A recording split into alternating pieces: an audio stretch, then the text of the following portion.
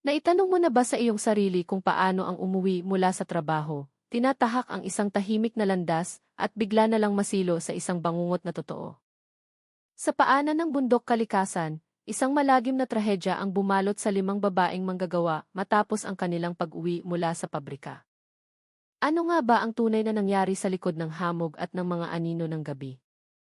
Manatili sa aming pagkukwento hanggang sa dulo upang malaman ang buong istorya, tuklasin ang misteryo sa likod ng trahedyang ito. Huwag kalimutang magkomento, mag-like, at mag-subscribe upang hindi mahuli sa mga susunod pang nakakakilabot na kwento. Noong umagang iyon, ang hamog ay nakadantay pa sa mga lunti ang dahon sa paanan ng bundok kalikasan sa Santa Rosa, Laguna.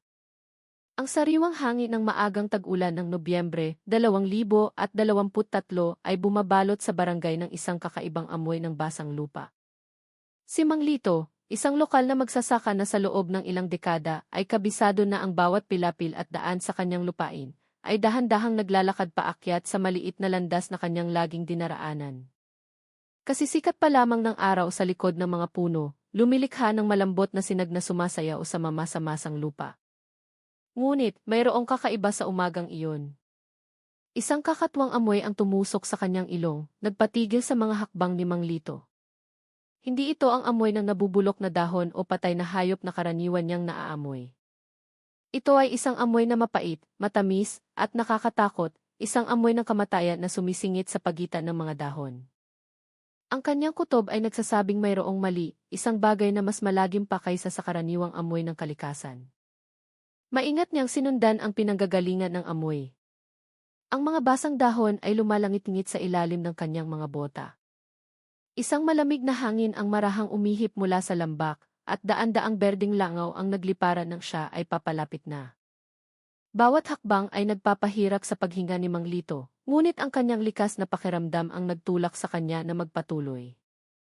Sa likod ng makapal na talahiban sa gilid ng daan, nasilayan ng kanyang mga mata ang isang bagay na hindi niya kailanman naising makita sa buong buhay niya. Ang katawan ng isang babae ay nakahando sa isang mamasa-masang lupa. Ang katawan nito ay nagsisimula ng maagnas, tinatakpan lamang ng ilang sanga ng kahoy na tila walang ingat na ipinatong. Ang puso ni Mang Lito ay tila huminto sa pagtibok. Isang sigaw na hindi niya napigilan ang kumawala mula sa kanyang lalamunan, sinisira ang katahimikan ng umaga na parang isang kulog. Ang mundo sa kanyang paligid ay biglang tumahimik, maliban sa tunog ng kanyang paghingang kinakapos at ang nanginginig na mga hakbang habang siya ay umaatras. Binitawan niya ang itak na lagi niyang dala para maglinis ng mga damo at tumakbo pababa ng burol sa abot ng kanyang makakaya. Bawat hakbang ay tila mabigat, ngunit ang sindak ang nagtulak sa kanya na magpatuloy. Pagdating sa barangay, agad siyang nagtungo sa bahay ni Kapitan Armando. Halos hindi niya mahabol ang kanyang hininga. May patay sa bundok kalikasan. Isang babae, ang kanyang boses ay garalgal at paos, umalingaw sa malamig na hangin. Agad na naunawaan ng kapitan ang kabigatan ng sitwasyon. Walang pag-aalinlangan, kinuha niya ang telepono at isang emergency na abiso ang ipinadala sa lokal na pulisya. Sa loob lamang ng ilang minuto, ang mga sasakyan ng pulis na may umuugong na sirena ay dumating sa landas, sinisira ang katahimikan ng umaga sa Santa Rosa. Ang dating tahimik na bundok kalikasan, na karaniwang puno ng huni ng mga ibon at pagaspas ng hangin, ay napuno ngayon ng isang nakakabinging tensyon at kalungkutan. Si Mang Lito ay nakatayo sa malayo, pinagmamasdan ang forensic team na nagsisimulang maglagay ng dilaw na police line tape, bumubuo ng isang bilog na hindi maaaring lampasan ng sinuman. Ang mga mausisang residente ay nagsimulang magtipon sa di kalayuan, ang kanilang mga mukha ay nagpapakita ng pinaghalong takot at pag-usisa. Ngunit sa loob ng bilog na iyon, isang ibang mundo ang nabuksan, isang mundong tahimik, puno ng konsentrasyon at determinasyon na alamin ang katotohanan sa likod ng trahedyang naganap. Ang forensic team, na nakasuot ng puting protective gear mula ulo hanggang paa, ay maingat na humakbang sa mamasa-masang lupa upang hindi masira ang anumang bakas. Ang mga kamera ay kumikislap, kinukuha na ng litrato ang bawat dahon, sanga at uka sa lupa. Bawat maliit na detalye ay mahalaga. At sa gitna ng tensyon, isang tanong ang umalinggaw-ngaw. Sino ang kaawa-awang babaeng ito, at ano ang nangyari sa kanya sa tahimik na umagang ito? Ang umagang iyon sa bundok kalikasan ang nagbago sa mundo ni Mang Lito at ng maliit na barangay magpakailanman. Isang trahedya na yayanig sa komunidad ng mga babaeng manggagawa, susubok sa kanilang katapangan, at magsisimula ng isang mahabang paglalakbay sa paghahanap ng katarungan. Pagdating sa barangay, tumakbo si Mang Lito upang salubungin si Kapitan Armando, hingal pa rin at maputla ang mukha. Sinikap niyang ipahayag ang kanyang natuklasan. May babaeng patay sa bundok kalikasan. Agad na napagtanto ng kapitan na hindi ito isang ordinaryong pangyayari. Walang pag-aantala, tinawagan niya ang lokal na istasyon ng pulis. Sa maikling panahon, dumating ang isang police patrol unit sa lokasyon, ang sirena ng sasakyan ay umalinggaw sa makipot na daan, ginugulo ang katahimikan ng umaga na dati puno lamang ng huni ng mga ibon at pagaspas ng hangin. Ang bundok kalikasan, na karaniwang payapa, ay napuno ngayon ng nakakabinging tensyon. Agad na kinordona ng dilaw na police line ang buong lugar na nagmamarka sa teritoryo ng investigasyon at pinapanatili ang mga residente sa labas ng bilog. Sa ilalim ng direksyon ni Major De Leon, sinimulan ng forensic team ang paghahanda ng kanilang mga kagamitan.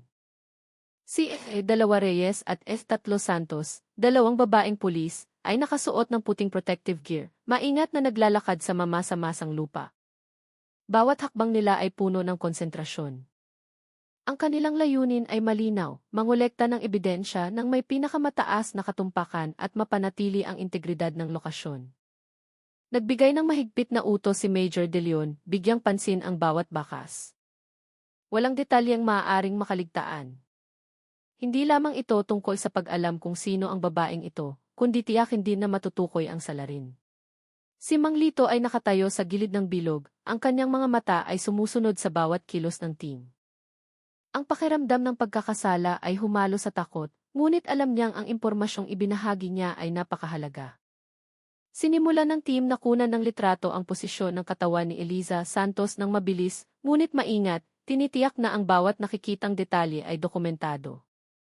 Ang amoy ng kamatayan ay nanunuot pa rin, nagpapaalala sa lahat ng isang tunay na trahedya. Samantala, sinimulan ng ibang mga investigador na mangalap ng mga pahayag mula sa mga kalapit na residente. Ilang mga residente na lumabas ng bahay para sa kanilang mga gawain sa umaga ang naging mga unang saksi. Ang lahat ng pahayag ay maingat na itinala. Ipinaliwanag ni Mang Lito kung paano niya natagpuan ang katawan, ang amoy na tumusok sa kanyang ilong, at kung paano niya sinubukang manatiling kalmado habang sinusuri ang mga talahiban. Tiniyak ni Major De Leon na ang lahat ng impormasyon ay tumpak na naitala. Dalhin agad ang bangkay na ito sa Forensic Center, utos ni Major De Leon. Dalawang opisyal ang naghanda ng body bag, maingat na inilipat ang katawan ni Eliza Santos, habang ang ibang team ay nagsimulang maghalughog sa lugar para sa karagdagang ebidensya. Ang lahat ng galaw ay maayos na isinagawa upang maiwasan ang pagkasira ng ebidensya. Sa kabilang banda, sinimulan ni Dalawa Reyes at Tatlo Santos na kausapin ang ilang babaeng manggagawa na nakatira sa isang boarding house malapit sa bundok. Tinanong nila kung may napansin silang anumang kahina-hinala. Bagamat kinakabahan pa rin, napagtanto ng mga manggagawa na ito na ang pagkakataon para ibahagi ang impormasyong dati nilang itinago dahil sa takot.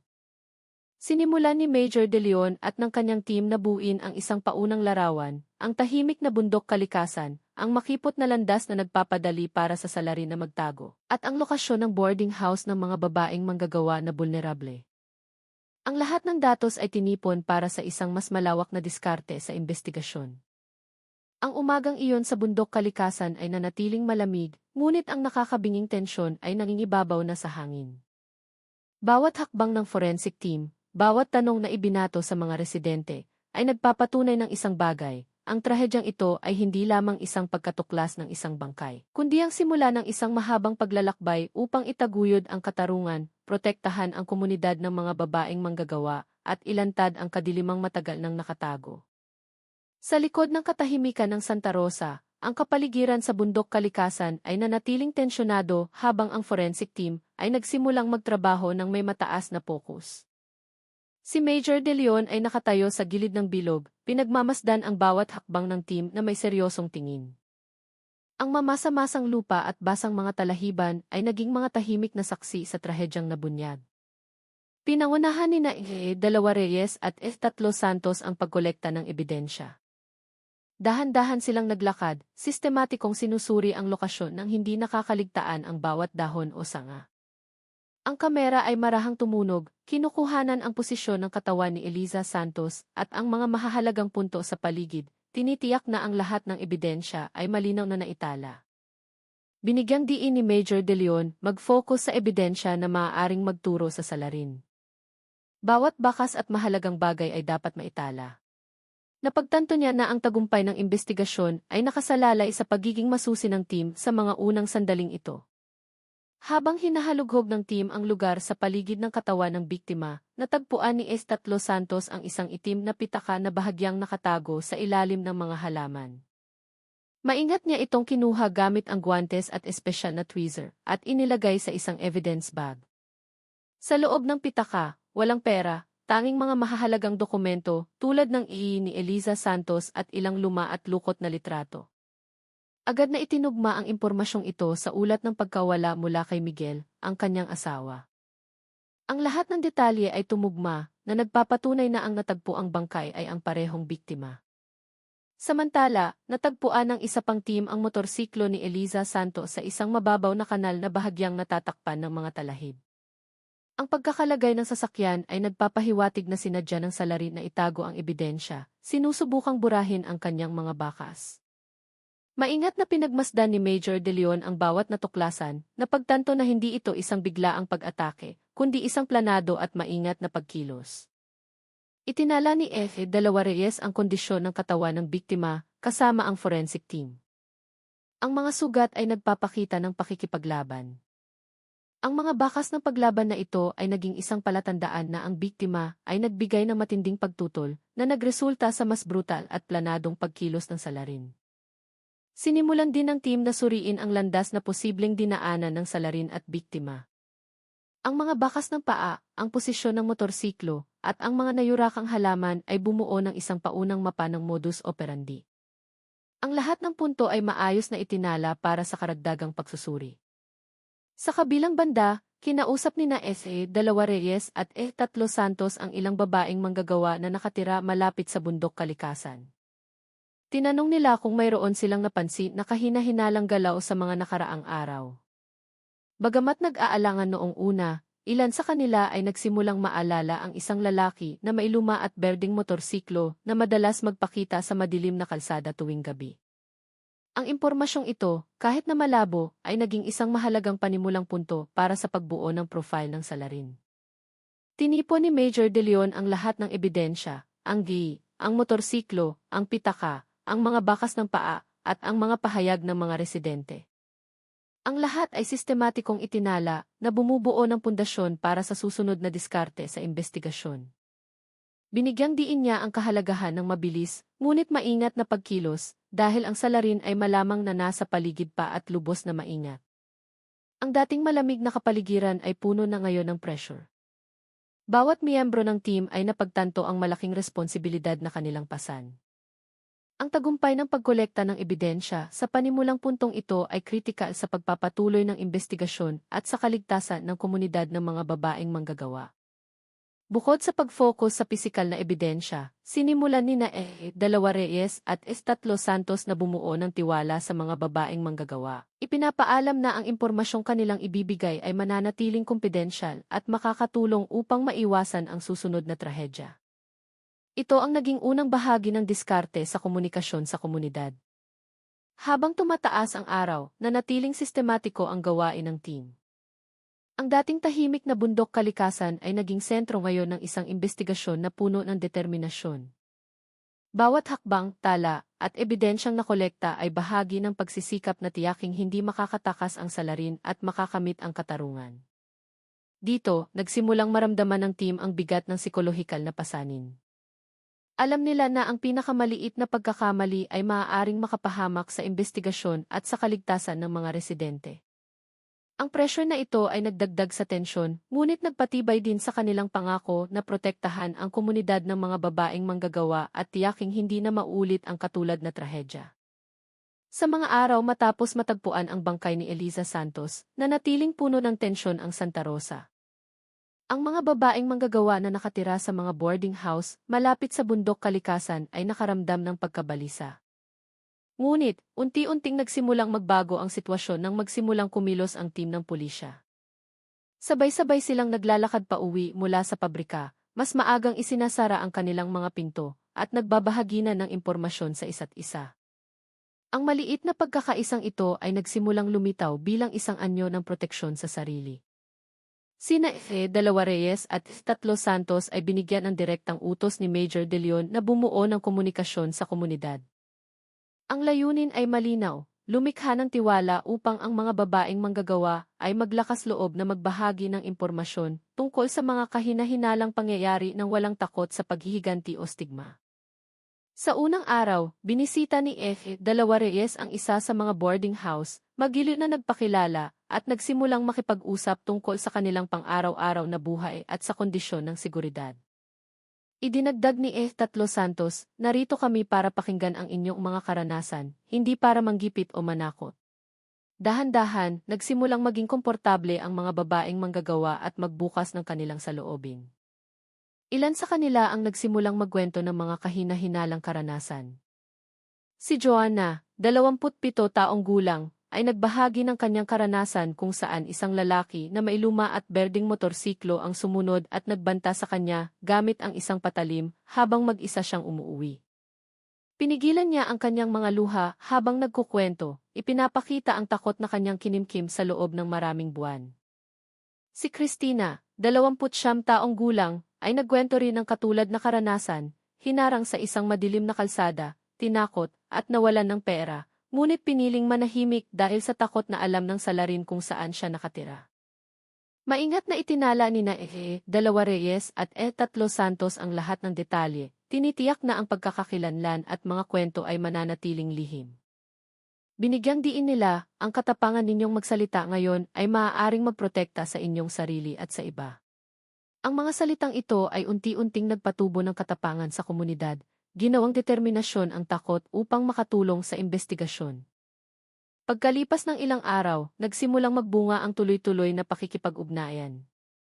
Ang mga babaeng manggagawa na dating nagsasara ng kanilang sarili ay nagsimulang magbigay ng detalyadong impormasyon tungkol sa mga galaw ng misteryosong lalaki, kabilang ang oras at landas na karaniwan niyang dinaraanan.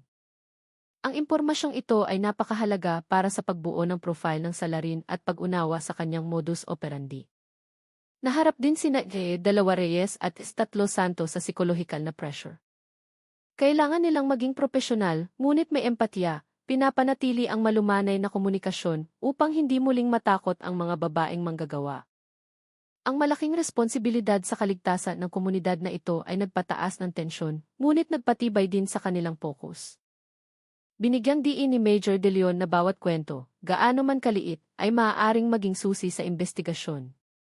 Inutusan niya ang team na itala ang lahat ng ulat at imapa ang landas ng salarin batay sa impormasyong ibinigay. Sa pamamagitan ng diskarteng ito, nagsimulang maging mas malinaw ang anino ng misteryosong lalaki sa isipan ng investigating team na nagbigay daan sa kanila na magplano ng susunod na hakbang. Ang kapaligiran sa mga boarding house ay nagsimulang magpakita ng pagbabago. Kahit na nananatiling mapagbantay, ang mga babaeng manggagawa ay mayroon ng pakiramdam ng pagkakaisa. Nagpapaalalahanan sila sa isa't isa kapag umuuwi ng gabi at nagbabahagi ng impormasyon tungkol sa mga kahina-hinalang pag-uugali. Ang takot ay naroon pa rin, ngunit ang katapangan at kamalayan na ang pag-uulat ay isang paraan upang protektahan ang sarili ay nagsimulang lumakas. Sa ilang mga pagpupulong, nagbigay sina Dalawa Reyes at Tatlo Santos ng mga praktikal na gabay. Laging maglakad ng may kasama, itala ang bawat kahina-hinalang pangyayari, at laging ipaalam sa kapwa manggagawa. Binigyang diin din nila na ang kanilang impormasyon ay pananatilihing kumpidensyal. Ang diskarteng ito ay naging matagumpay sa pagbuo ng tiwala na dati wala, habang nagbibigay din ng batayan para sa investigating team na imapa ang pattern ng salarin. Nagdao si Major De Leon ng isang internal na pulong, pinagsasama ang pisikal na ebidensya mula sa bundok kalikasan at ang impormasyong nakalap mula sa komunidad. Binigyang diin niya, ang ating tagumpay ay nakasalalay sa kolaborasyon sa pagitan ng pisikal na ebidensya at impormasyon mula sa mga residente. Ang tiwalang ating binuo ay ang susi upang mahanap ang salarin at maiwasan ang susunod na trahedya. Sa bawat bagong kwentong lumalabas, nagsimulang maging mas totoo ang anino ng salarin. Naintindihan ng investigating team ang kanyang mga gawi at ruta ng operasyon. Ang tiwala at pagiging bukas ng mga babaeng manggagawa ay naging isang mahalagang kasangkapan sa proseso ng investigasyon, ginawang aktibong kontribusyon ang takot sa paghahanap ng katarungan. Ang araw ay nagsimulang lumubog sa kanluran, ngunit ang aktibidad ni Dalawa Reyes at Estatlo Santos ay nanatiling masidhi. Patuloy silang bumibisita sa ibang mga boarding house, nakikipag-usap sa mga babaeng manggagawa na hindi pa naglalakas loob na magbahagi ng kanilang mga kwento. Ang kapaligiran ay nagbago mula sa takot patungo sa determinasyon. Ang maliit na katapangan ni Joanna at Christina ay nakahawa sa iba, bumubuo ng isang komunidad na mas mapagbantay ngunit mas malakas din. Ang bundok kalikasan at ang mga boarding house sa paligid ay nanatiling puno ng tensyon, ngunit sa pamamagitan ng diskarteng ito, nagsimulang makaramdam ang komunidad ng kaunting kontrol sa kanilang takot. Ang pagkakaisa at impormasyong nakalap ay naging isang mahalagang pundasyon para sa team ng pulisya sa kanilang mga susunod na hakbang, ang pagtukoy sa salarin at pagdidisenyo ng isang angkop na operasyon sa pag-aresto. Matapos ang ilang araw ng pangangalap ng impormasyon mula sa komunidad ng mga babaeng manggagawa, nagdao si Major De Leon ng isang internal na pulong kasama ang investigating team.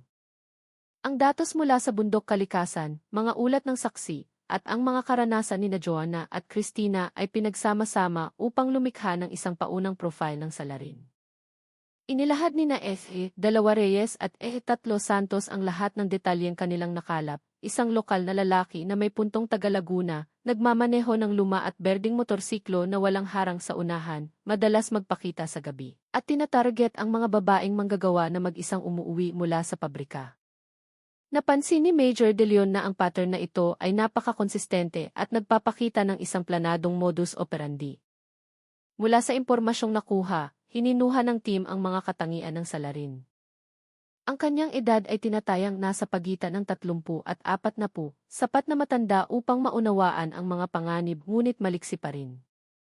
Ang kanyang buhay ay hindi matatag, posibleng may mga problemang pinansyal o sangkot sa mga iligal na gawain tulad ng pagsusugal. Palagi siyang kumikilos mag-isa sa gabi, pinipili ang mga biktimang mag-isa at umaasa sa psikolohikal na pananakot upang pasukuin sila.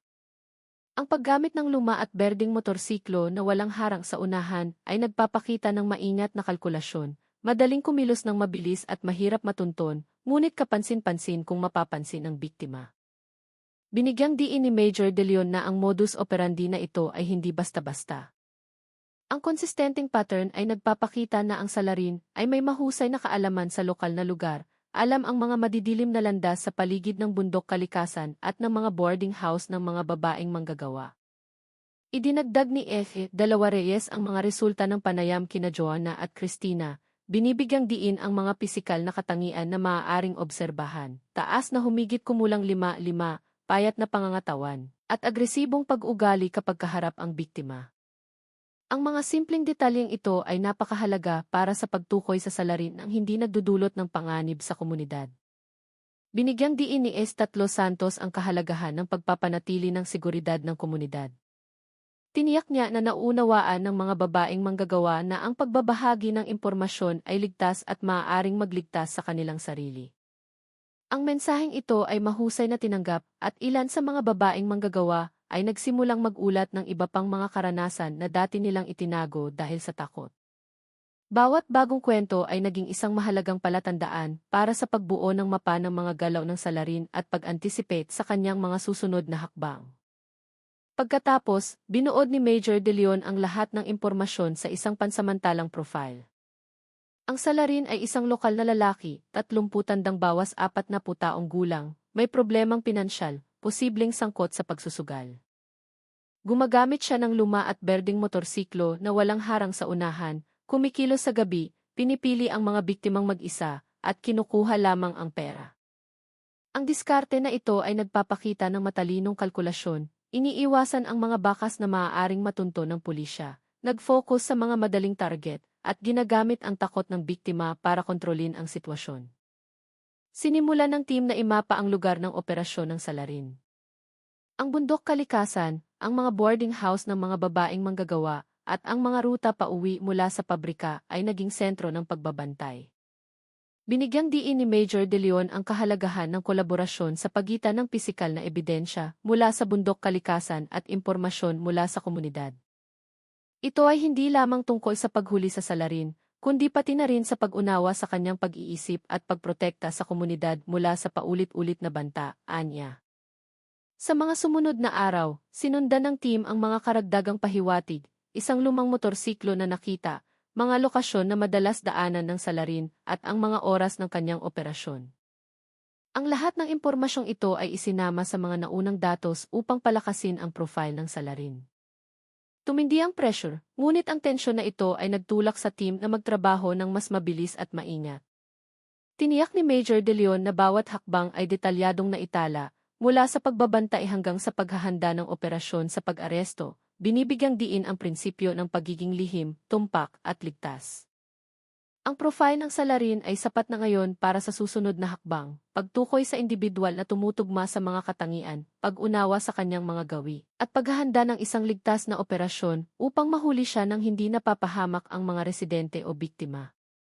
Ang tiwalang binuo ni Dalawa Reyes at Tatlo Santos ay naging isang mahalagang asset, dahil bawat ulat mula sa mga babaeng manggagawa ay nakatulong sa team na bumuo ng isang epektibong diskarte. Sa gayon, ang anino ng misteryosong lalaki na matagal nang naghasik ng takot ay unti-unting naging mas totoo, nagbubukas ng pinto para sa isang planado at ligtas na pag-aresto. Nanatiling tensyonado ang sitwasyon, ngunit ang investigating team ay mayroon ng malinaw na direksyon. Ang datos mula sa bundok kalikasan at ang komunidad ng mga babaeng manggagawa ay nagpupuno sa isa't isa, bumubuo ng isang balangkas upang mahanap ang salarin. Ang katapangan ni Joanna at Christina sa pagbabahagi ng kanilang mga karanasan ang naging susi, ginawang impormasyon ang takot na maaaring magamit upang itaguyod ang katarungan. Bawat hakbang na ginawa ni Dalawa Reyes at Tatlo Santos ay nagpalakas sa komunidad at nagbigay ng direksyon sa investigating team. Tinitiyak na ang operasyon sa pag-aresto ay maaaring isagawa ng may katumpakan at pinakamataas na kaligtasan. Sinimulan ng investigating team ang susunod na hakbang matapos mabuo ang profile ng salarin.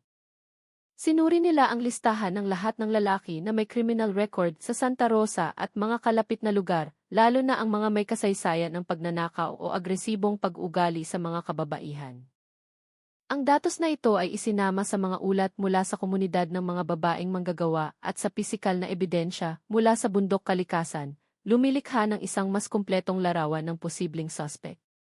Inatasan sina Dalawa Reyes at Tatlo Santos na siyasatin ang mga aktibidad ng mga kandidatong suspect. Inimbestigahan nila ang kanilang mga schedule sa trabaho, kinaroroonan sa gabi, at iba pang mga pattern ng aktibidad na maaaring tumugma sa modus operandi ng salarin. Ilang mga suspect ay kahina-hinala sa simula, ngunit matapos ma-verify ay may matibay na alibi, nasa labas ng bayan, nagsisilbi ng sentensya, o may mga saksi mula sa pamilya na nagpapatunay ng kanilang kinaroroonan. Ang lahat ng mga talang ito ay muling sinuri at kinumpirma upang matiyak ang katumpakan. Pinangunahan ni Major De Leon ang isang pulong ng pagsusuri. Binigyang diin niya na bawat hakbang ay dapat maging masusi at maingat. Hindi tayo maaaring magkamali ng huli, ngunit bawat pahiwatig na lumalabas ay dapat nating samantalahin, anya. Ang kapaligiran sa silid pulungan ay tensyonado. Bawat miyembro ng team ay nakatuon sa datos, mga ulat mula sa komunidad, at pisikal na ebidensya upang matukoy ang pinakaposibleng target. Nagsagawa si Dalawa Reyes ng pagmamanman sa mga suspect na nakatira malapit sa bundok kalikasan. Sinuri niya ang kanilang mga galaw sa gabi, itinala kung sino ang lumalabas ng bahay, ang mga sasakyang ginagamit, at anumang kahina-hinalang pag-ugali. Nangalap naman si Tatlo Santos ng karagdagang impormasyon mula sa mga kapitbahay at kasamahan sa trabaho ng mga suspect, nagtatanong tungkol sa kanilang mga gawi sa gabi, mga motorsiklong ginagamit, at mga kahina-hinalang pakikipag-ugnayan. Bawat ulat ay detalyadong itinala, bumubuo ng isang pattern ng aktibidad ng mga potensyal na suspect. Pagkalipas ng ilang araw, ang listahan ng mga suspect ay lumiit mula sa 12 hanggang sa humigit kumulang 20 tao. Ang bagong impormasyon mula sa komunidad ng mga babaeng manggagawa, tulad ng mga galaw ng luma at berdeng motorsiklo at ang oras ng paglitaw ng kahina-hinalang lalaki ay nakatulong na palakasin ang mga hinala. Ilang mga suspect ay isinantabi dahil sa matibay na alibi o hindi tugma sa pisikal na katangian na inobserbahan ni Joanna at Christina. Ang prosesong ito ay nangangailangan ng mataas na antas ng pagiging masusi. Ang pinakamaliit na pagkakamali ay maaaring makahadlang sa investigasyon. Inutusan ni Major De Leon ang team na gumawa ng mapa ng paggalaw ng bawat suspect, kabilang ang mga paboritong ruta, oras ng paglabas ng bahay, at mga social contact. Ang mapang ito ang naging batayan ng diskarte sa pagmamanman at plano ng operasyon sa pag-aresto. Sina F.A. Dalawa Reyes at E3 Santos ay nagtrabaho ng husto, ginagamit ang tiwala ng komunidad upang makakuha ng detalyadong impormasyon habang tinitiyak na walang sinuman ang nakakaramdam ng banta. Bawat gala ng salarin ay dapat maingat na obserbahan upang hindi siya maghinala at baguhin ang kanyang pattern. Tumindi ang pressure habang nagsasagawa ang team ng pagmamanman sa gabi. Minanmanan nila ang luma at berdeng motorsiklo na madalas makita, sinuri ang mga rutang karaniwang dinaraanan ng salarin at itinala ang mga oras ng operasyon sa gabi. Kahit na nakakapagod, nanatiling nakatuon ang team. Binigyang diin ni Major De Leon na bawat araw na lumilipas ay nagbibigay ng pagkakataon sa salarin na kumilos muli, kaya't ang katumpakan at pasensya ay napakahalaga. Natuklasan ni E3 Santos ang isang pattern sa oras ng paglitaw ng salarin, humigit kumulang 10 oras hanggang hating gabi. Inutusan ni Major De Leon ang team na ituon ang pagmamanman sa mga oras na iyon at imapa ang mga mapanganib na punto sa ruta pauwi ng mga babaeng manggagawa. Sa pamamagitan ng koordinasyon sa pagitan ng field team at ng mga nakalap na datos, sinimulan nilang bumuo ng isang ligtas na plano ng operasyon. Muling sinuri ni F. Dalawa Reyes ang ebidensya mula sa bundok kalikasan at sa mga boarding house ng mga babaeng manggagawa. Bawat detalye, mula sa posisyon ng motorsiklo hanggang sa ruta ng paggalaw ng biktima, ay itinugma sa profile ng mga kandidatong suspect. Nakatulong ito na palakasin ang hinala kung sino talaga ang tumutugma sa mga katangian ng salarin. Patuloy ding nagbigay ng karagdagang impormasyon ang komunidad ng mga babaeng manggagawa. Kahit na may takot pa rin, ang tiwalang nabuo ay nagbigay sa kanila ng lakas ng loob na magulat ng mga kahina-hinalang pangyayari. Sa wakas, isang pangalan ang nagsimulang lumitaw, isang 34 taong gulang na lalaki, nakatira malapit sa bundok kalikasan, may kasaysayan ng pagnanakaw, madalas lumabas sa gabi, at may luma at berdeng motorsiklo na sira ang harapan. Lahat ng mga katangiang ito ay tumutugma sa profile ng salarin. Binigyang diin ni Major De Leon na ang operasyon sa pag-aresto ay dapat isagawa ng may pag-iingat upang matiyak ang kaligtasan ng team at ng mga residente. Bawat miyembro ng team ay binigyan ng tiyak na gawain, subaybayan ang mga galaw ng suspect at ihanda ang mga kontroladong ambush point. Naghanda rin ang team ng diskarte upang mabawasan ang panganib. Ang mga ruta palabas ng bahay ng suspect ay binantayan, ang akses sa motorsiklo ay minanmanan, at ang koordinasyon sa pagitan ng mga field team ay pinalakas. Binigyang diin ni Major De Leon ang prinsipyo ng pagiging lihim, tumpak at ligtas. Ipinunto niya na ang isang padalos-dalos na kilos ay maaaring maging sanhi ng paghinala ng suspect at pagbabago ng kanyang pag-ugali, kaya't ang operasyon ay dapat maghintay sa pinakamainam na sandali. Sa mga sumunod na araw, masinsinang isinagawa ang pagmamanman. Lahat ng datos ay muling na-verify. Bawat ulat mula sa komunidad ay sinuri para sa pagiging konsistente at katumpakan. Pinangunahan ni na F.A. Dalawa Reyes at E3 Santos ang pagkolekta ng karagdagang impormasyon upang matiyak na walang butas. Nanatiling mataas ang pressure, ngunit ang focus ng team ay nagpapatibay sa bawat hakbang patungo sa pagtukoy sa salarin. Ang impormasyon mula sa komunidad ng mga babaeng manggagawa ang naging susi, nagbubukas ng daan para sa isang ligtas at tumpak na operasyon sa pag-aresto. Nanatiling tensyonado ang sitwasyon, ngunit ang investigating team ay mayroon ng malinaw na direksyon. Ang pisikal na ebidensya mula sa bundok kalikasan at ang mga ulat mula sa komunidad ay nagpupuno sa isa't isa, bumubuo ng isang balangkas upang mahanap ang salarin. Ang katapangan ni Joanna at Christina sa pagbabahagi ng kanilang mga karanasan ang naging turning point, ginawang impormasyon ang takot na maaaring magamit upang itaguyod ang katarungan. Bawat hakbang na ginawa ni na dalawa Reyes at tatlo Santos ay nagpalakas sa komunidad at nagbigay ng direksyon sa investigating team para sa isang epektibo at ligtas na operasyon sa pag-aresto. Ngayon, tinatarget ng investigating team ang isang pangunahing suspect, isang 34 taong gulang na lalaki na nakatira mga 500 metro mula sa bundok kalikasan. Lahat ng pisikal na katangian, pag-ugali sa gabi, at ang luma at berdeng motorsiklo na sira ang harapan ay tumutugma sa profile na kanilang binuo. Pinangunahan ni Major De Leon ang huling pulong upang idisenyo ang diskarte ng operasyon, binibigyang diin ang prinsipyo ng pagiging lihim, tumpak at ligtas. Pinangunahan ni na dalawa Reyes at tatlo Santos ang direktang pagmamanman. Ilang team ang inilagay sa mga estratehikong punto sa pagitan ng bahay ng suspect at ng bundok kalikasan, ang mga rutang karaniwang dinaraanan ng mga biktima, at mga madidilim na lugar sa paligid ng mga boarding house. Bawat galaw ng suspect ay detalyadong itinala, oras ng paglabas ng bahay, direksyon ng paglalakbay, pakikipag-ugnayan sa kapaligiran, at kahina-hinalang pag-ugali.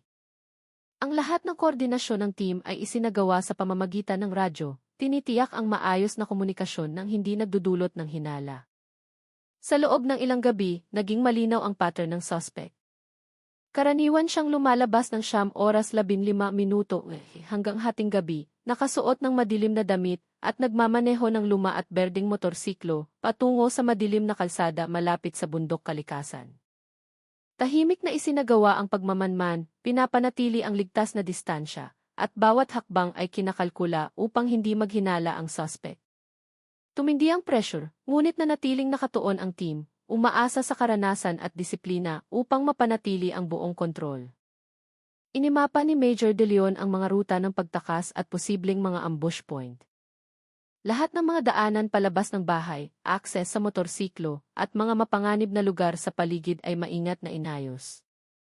Ang pangunahing prinsipyo na paulit-ulit na binanggit, ang kaligtasan ng team at ng mga residente ang prioridad.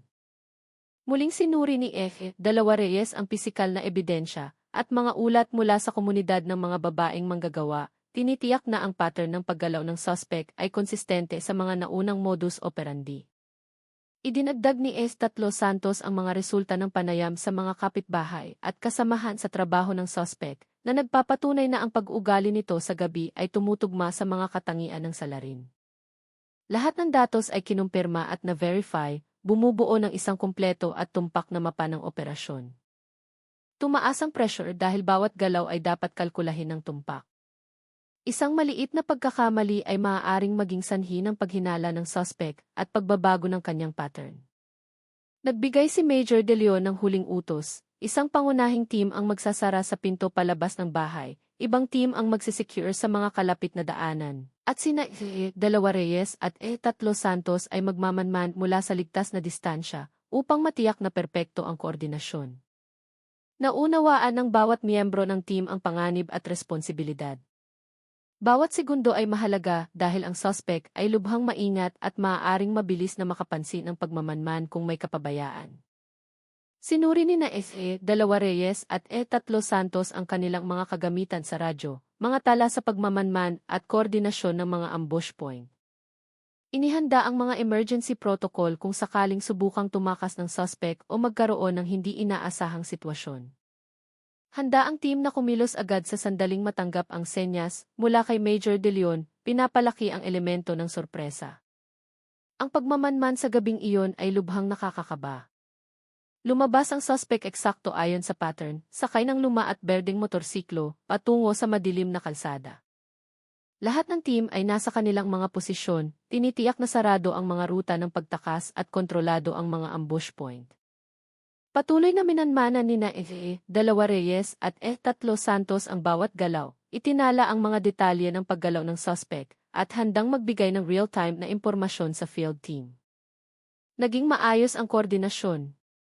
Lahat ng team ay kumilos na parang iisang unit, sinasara ang bawat access na maaaring gamitin ng suspect para tumakas. Ang katahimikan ng gabi ay nagpatala sa focus ng team. Nagbigay si Major De Leon ng code para maghanda sa pagkilos sa tamang sandali, habang sina dalawa Reyes at tatlo Santos ay patuloy na nagmamasid ng maingat sa bawat galaw ng suspect. Kumakabog ang mga puso ng team, ngunit ang disiplina at karanasan ay nagpanatili sa kanila na kontrolado. Ang lahat ng ulat mula sa komunidad ng mga babaeng manggagawa at ang pisikal na ebidensya mula sa bundok kalikasan ang naging susi sa pagtiyak ng pagkakakilanlan ng suspect at sa kahandaan ng operasyon sa pag-aresto. Ang katapangan ni Joanna at Christina sa pagbabahagi ng kanilang mga karanasan ay nagbunga na ngayon bilang isang gabay para sa isang ligtas at epektibong diskarte sa pag-ambush. Habang ang lahat ng elemento ay nasa posisyon, naghintay ang team sa senyas ni Major De Leon. Bawat galaw ng suspect ay itinala sa real-time, tinitiyak na maaaring isara ng team ang lahat ng daanan at mahuli siya ng walang panganib sa mga residente. Umabot sa sukdulan ang pressure, ramdam sa hangin ang tensyon, ngunit nanatiling matalas ang focus. Sina Dalawa Reyes at Tatlo Santos, kahit pagod, ay nanatiling alerto, tinitiyak na perpekto ang takbo ng operasyon at hindi maghihinala ang suspect. Lahat ng paghahanda, pagmamapa ng ruta, pagmamanman sa komunidad, at pagsusuri ng modus operandi, ay nagtapos sa isang sandali, ang pagtukoy at pag-ambush sa suspect. Tiniyak ng lahat ng hakbang na ginawa na ang operasyon ay maaaring isagawa ng tumpak, ligtas, at may pinakamalaking pagkakataon ng tagumpay. Ang katapangan ni Dalawa Reyes at Tatlo Santos at ang tiwala ng komunidad ng mga babaeng manggagawa ang naging pangunahing salik sa pagpapatupad ng operasyong ito ng may katumpakan. Nagsimula ang operasyon eksaktong 10:45 ng gabi. Ang lahat ng team ay nasa kani-kanilang posisyon. Ang mga daanan palabas ng bahay ng suspect ay mahigpit na sarado. Ang bahay ng suspect ay nasa humigit kumulang 500 metro mula sa bundok kalikasan, na nagbigay daan sa team na subaybayan ang karaniwang ruta ng suspect patungo sa madilim na kalsada. Pinangunahan ni Dalawa Reyes at Tatlo Santos ang pagmamanman mula sa ligtas na distansya, tinitiyak na nananatiling maayos ang koordinasyon sa pamamagitan ng radyo. Lumitaw ang suspect ayon sa pattern na na-monitor, nakasuot ng madilim na damit, nagmamaneho ng luma at berdeng motorsiklo, patungo sa madilim na kalsada sa harap ng kanyang bahay. Nanatiling tahimik at koordinado ang lahat ng team. Sarado ang mga ruta ng pagtakas, at handa na ang mga ambush point sa harap, gilid at likod ng bahay. Nagbigay si Major De Leon ng huling code, simulan na ang pagsalakay. Naging tensyonado ngunit kontrolado ang gabi. Bawat hakbang ay planado ng may katumpakan. Nagmamasid sina Dalawa Reyes at Tatlo Santos mula sa ligtas na distansya, itinala ang bawat kilos ng suspect. Ibinaba niya ang motorsiklo at naglakad patungo sa pinto ng bahay nang may pag-aalinlangan. Ang mga team na nagpanggap bilang mga lokal na residente ay nasa mga estratehikong gilid ng bahay, handang harangin ang anumang ruta ng pagtakas. Lahat ng koordinasyon ay muling sinuri, walang butas na natira. Tumindi ang tensyon, ngunit pinanatili ng profesionalismo ng team ang kanilang focus. Nagulat ang suspect nang mapansin niyang lumabas ang mga team mula sa mga anino ng gabi. Sinubukan niyang umatras, nag-aalangan ang kanyang mga hakbang, ngunit lahat ng access ay sarado na. Patuloy na nagmamanman sina Dalawa Reyes at Tatlo Santos, handang magbigay ng real-time na ulat sa pamamagitan ng radyo. Pinangunahan ni Major De Leon ang pangunahing team upang sabay-sabay na salakayin ang pintuan sa harap, habang ang mga team sa gilid at likod ay nagsara ng mga karagdagang daanan. Kumilos silang lahat na parang iisang unit. Sa loob ng ilang segundo, huminto ang suspect at mukhang nataranta. Hindi siya makagalaw ng malaya. Kumilos ng mabilis ngunit maingat ang team, tinitiyak ang kaligtasan ng suspect, ng team, at ng mga residente sa paligid. Nanatili sina Dalawa Reyes at Tatlo Santos sa ligtas na posisyon, inoobserbahan ang reaksyon ng suspect at tinitiyak na maayos ang koordinasyon. Ang buong operasyon ay isinagawa ng walang ingay na maaaring makatawag ng pansin sa labas. Sinubukan ng suspect na magsalita at kumilos, ngunit nanatiling mahigpit at kontrolado ang pagkilos ng team. Patuloy na nagbibigay ng update ang radyo, tinitiyak na alam ng bawat miyembro ng team ang kanilang posisyon at status ng operasyon. Itinala ni Dalawa Reyes at Tatlo Santos ang ekspresyon at pag-ugali ng suspect, inihahanda ang datos para sa susunod na hakbang ng investigasyon. Naramdaman ang tensyon ngunit hindi nito nabawasan ang focus ng team na sanay na. Sinuri ni Major De Leon ang sitwasyon sa real-time. Lahat ng ambush point ay tiniyak na epektibo, sarado ang mga ruta ng pagtakas, at nanatiling naghihintay ang team ng senyas upang ganap na masecure ang suspect. Sina F.E. Dalawa Reyes at S. Tatlo Santos, kahit tensyonado, ay nanatiling alerto at nagpapanatili ng ligtas na distansya. Tiniyak nila na walang panganib sa mga residente sa paligid at na ang operasyon ay naaayon sa protokol. Wala pang isang minuto, nakontrol na ang suspect. Mukha siyang nagulat at nalilito, naninigas ang kanyang katawan ngunit walang gaanong paglaban. Nanatiling kalmado at koordinado ang team, tinitiyak ang seguridad at pinapaliit ang panganib. Tiniyak ng radyo na lahat ng miyembro ng team ay regular na nag-uulat ng kanilang status. Nagbigay sina F.E. Dalawa Reyes at E. Tatlo Santos ng karagdagang ulat tungkol sa mga kilos ng suspect, pinapalakas ang dokumentasyon para sa susunod na yugto. Matapos masecure ang suspect, nagbigay si Major De Leon ng utos na pansamantalang isecure siya bago dalhin sa istasyon ng pulis. Patuloy na nagmamanman at nagtala sina E. Dalawa Reyes at S. Tatlo Santos ng lahat ng reaksyon ng suspect, tinitiyak na perpekto ang takbo ng operasyon. Lahat ng hakbang ay isinagawa ayon sa pamamaraan, pinapalaki ang resulta ng mga obserbasyon at impormasyong nakalap sa loob ng ilang araw.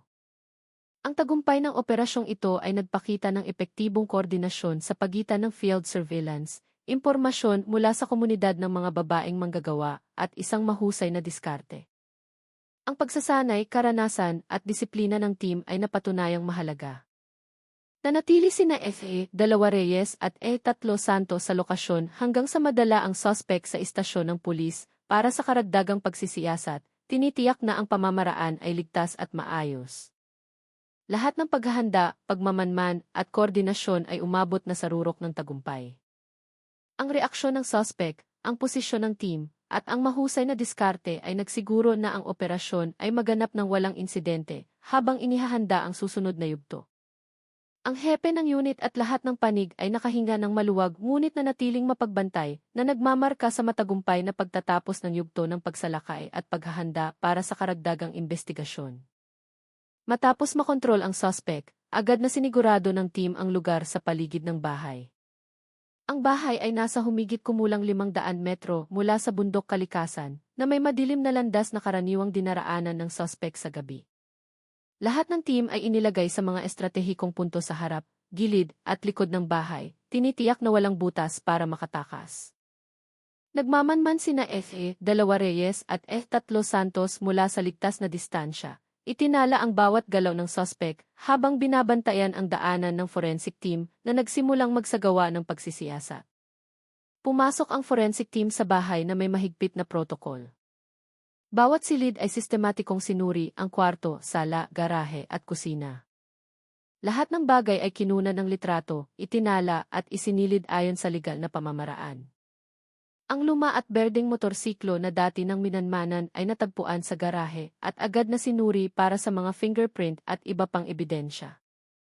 Patuloy na inoobserbahan nina E. Dalawa Reyes at E. Tatlo Santos ang suspect, tinitiyak na nananatili siyang kontrolado nang hindi nakakaabala sa proseso ng pagsisiyasat. Sa ilalim ng kama, natagpuan ng team ang isang bagay na nakabalot sa isang maruming tela. Maingat itong binuksan at natuklasan ang isang patalim na tumutugma sa ebidensya ng mga sugat sa naunang biktima. Tiniyak ni Major De Leon na ang patalim ay isinilid bilang ebidensya. Nagpakita ng ekspresyon ng pagkasindak ang suspect, ngunit nanatiling tahimik. Detalyadong itinala nina F.E. Dalawa Reyes at E. Tatlo Santos ang kanyang reaksyon, nagdaragdag ng ebidensya para sa karagdagang investigasyon. Sinuri ang sala at kusina upang matiyak na walang ibang ebidensya na nakaligtaan. Bawat aparador, estante, at drawer ay sistematikong sinuri. Minanmanan nina F.E. Dalawa Reyes at E. Tatlo Santos ang takbo ng paghahalughog, tinitiyak na nananatiling optimal ang koordinasyon ng team. Lahat ng pagkilos ay isinagawa ng propesyonal, binabawasan ang panganib para sa suspect at sa team.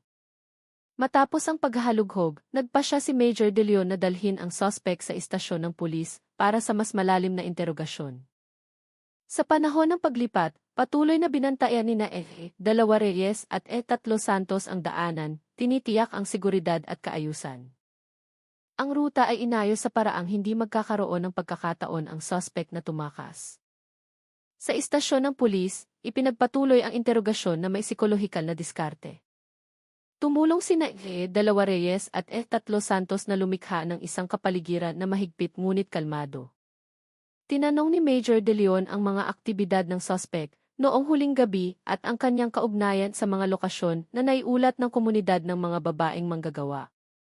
Bawat sagot ay detalyadong itinala, kabilang ang mga galaw ng katawan at ekspresyon ng mukha. Ang prosesong ito ay nagbigay daan sa team na kumpirmahin ang pattern ng modus operandi ng suspect.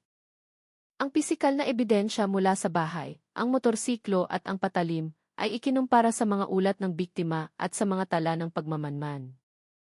Ang impormasyong nakalap ay nakatulong na bumuo ng isang mas kumpletong larawan ng pag-ugali ng suspect, mga lokasyon ng naunang krimen at posibleng iba pang mga biktima.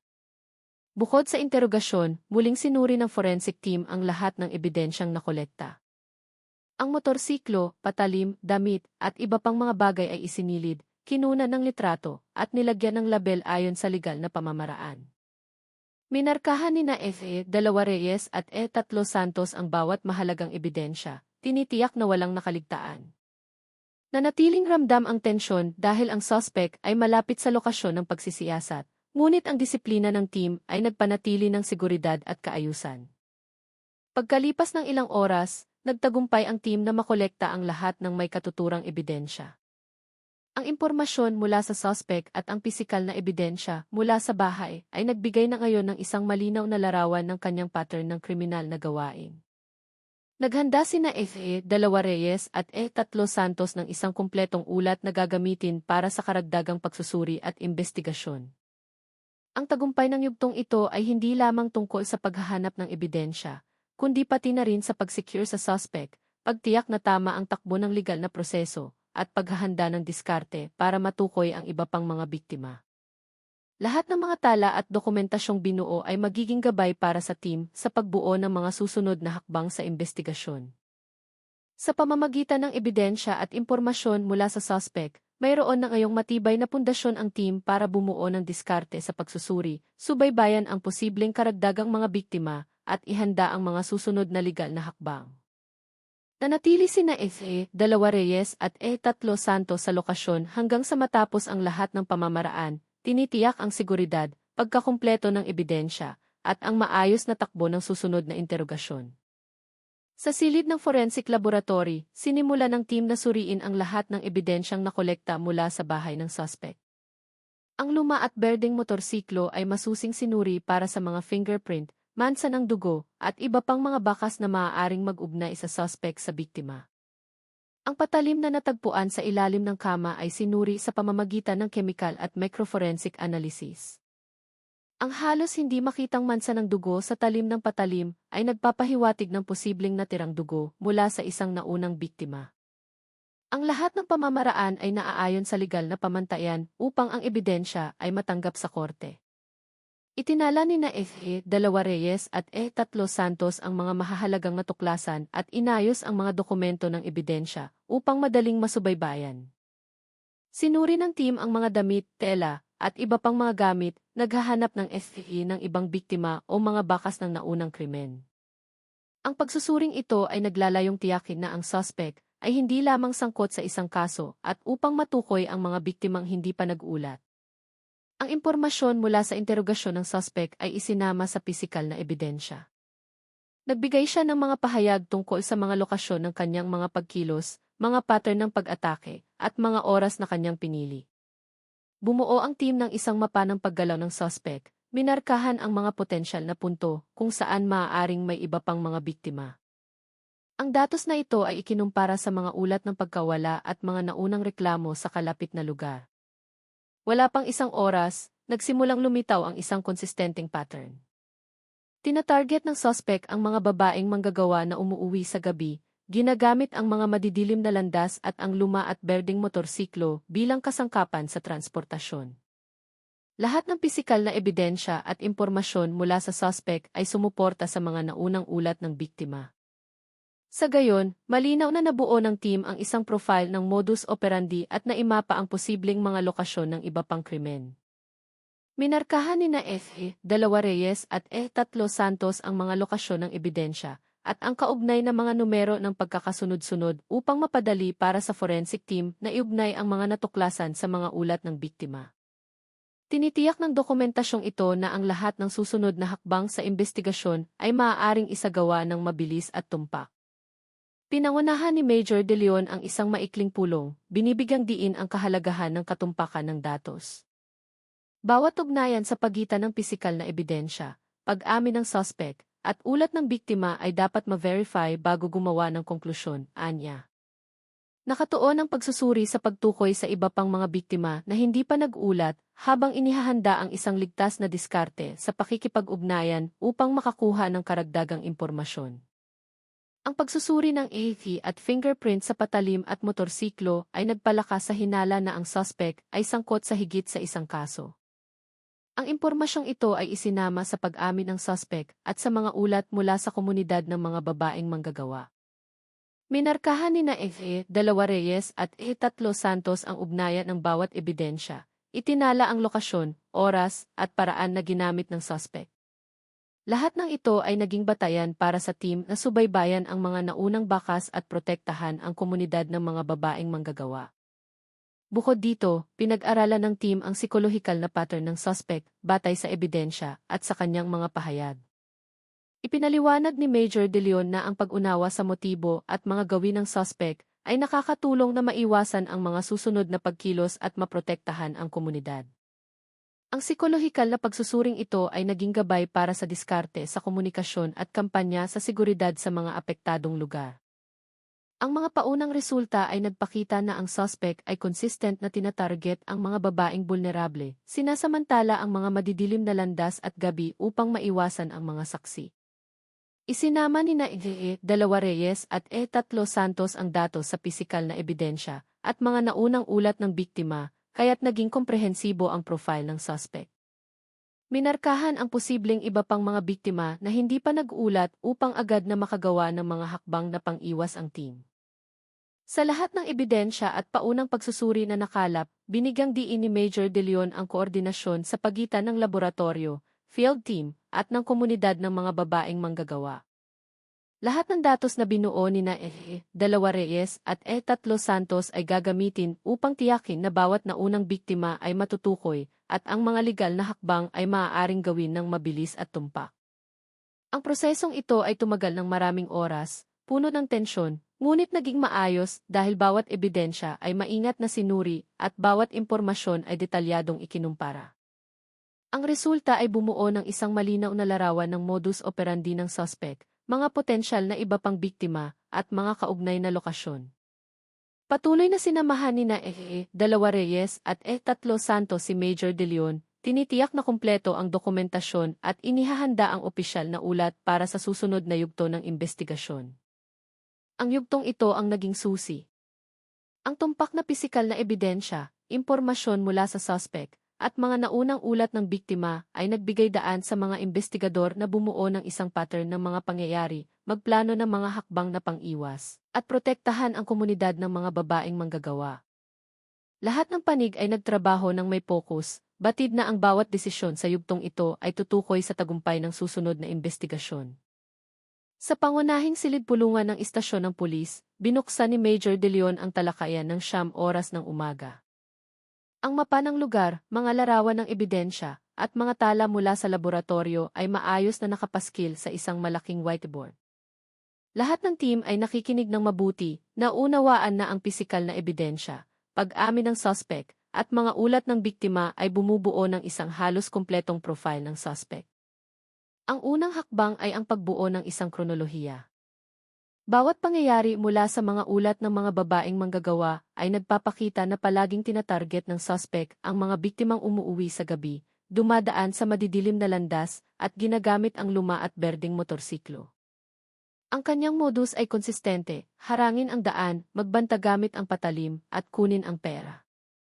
Ang kronolohiyang ito ay nakatulong sa team na matukoy ang posibleng iba pang mga biktima na hindi pa nag-ulat. Itinala ni na Dalawa Reyes at Tatlo Santos ang lokasyon, oras, at paraan ng pag-atake ng suspect habang inihahanda ang isang visual na mapa ng kanyang pattern ng paggalaw. Ang datos na ito ay nagbigay daan sa team na hulaan ang mga rutang karaniwang ginagamit ng suspect, habang tinutukoy din ang mga lugar na may mataas na panganib para sa mga babaeng manggagawa. Ipinagpatuloy ang pulong sa pagtalakay sa psikolohikal na epekto sa komunidad.